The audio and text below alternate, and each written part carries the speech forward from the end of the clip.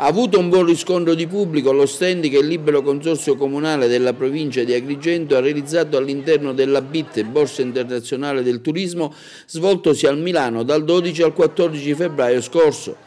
Sono stati circa 200 i buyers internazionali che hanno visitato lo spazio espositivo realizzato nell'ambito del lancio del marchio d'aria, istituito dal Libero Consorzio della provincia di Agrigento e finanziato dall'Unione Europea, che ha visto la partecipazione di tanti operatori turistici agrigentini che per l'occasione hanno illustrato le tipicità turistiche della nostra provincia. A coordinare le attività dello stand del marchio d'aria del Libero Consorzio Comunale della provincia di Agrigento alla BIT Francesco Di Noto, con la direzione affidata alla dottoressa Giuseppina Miccichè, che ha illustrato le finalità del marchio d'aria. Siamo presenti noi alla BIT già da diversi anni.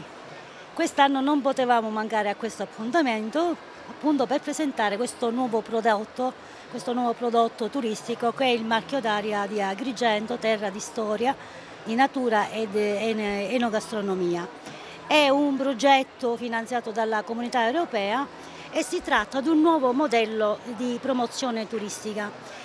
Il marchio praticamente, che cos'è il marchio? Il marchio è un brand identificativo del nostro territorio, è un brand di prodotti di qualità e di eccellenza, quindi è uno strumento per distinguere e differenziare sul mercato turistico un paniere di prodotti plurisettoriali che vanno dalla ristorazione alla ricettività, ai beni archeologici, culturali, ambientali, ma anche prodotti delle aziende, diciamo, enogastronomiche e artigianali. Positivi riscontri per il marchio d'aria e per la presenza alla BIT di Milano, la più importante fiera del turismo italiano, da parte degli operatori turistici agrigentini. Sono veramente grato a quello che è il consorzio e la possibilità che ci viene data per la partecipazione alla BIT, perché per noi, essendo una prima esperienza, però siamo lieti e fieri di essere qui a rappresentare Agrigento e i prodotti tipici che in quella zona vengono realizzati, perché appunto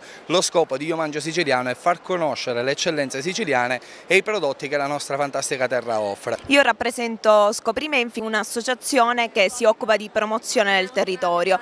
Noi, con una grande e forte collaborazione con le aziende del territorio, supportiamo tutti i turisti che hanno voglia di visitare un territorio ancora incontaminato. La nostra presenza alla BIT è di grande importanza proprio perché vogliamo far conoscere il nostro territorio attraverso quindi la promozione del marchio d'aria ancora a turisti che insomma non conoscono questo meraviglioso posto. Un'ottima idea questo dei marchi d'aria, finalmente la provincia di Agrigento si unisce e rappresenta tutte le aziende locali, tutte le aziende agrigentine in un unico marchio, le eccellenze agrigentine rappresentate dalla provincia.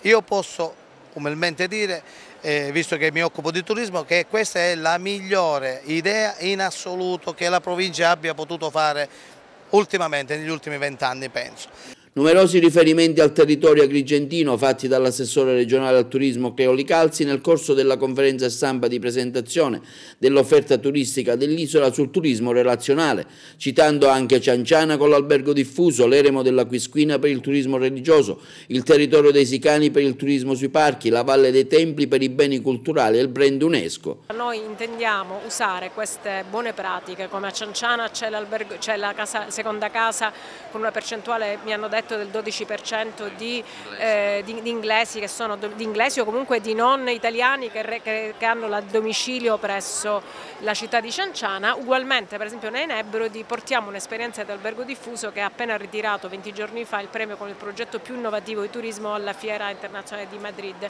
Allora queste forme sempre di più cercano di accogliere in Sicilia forme di turismo che fanno vivere le nostre peculiarità. Il territorio di Cianciana è straordinario, che insieme a Favara per esempio va a rivalutare tutta quella zona dei Monti Sicani in un contesto competitivo che non sarebbe stato possibile se non aprenderci a nuove forme di ricettività.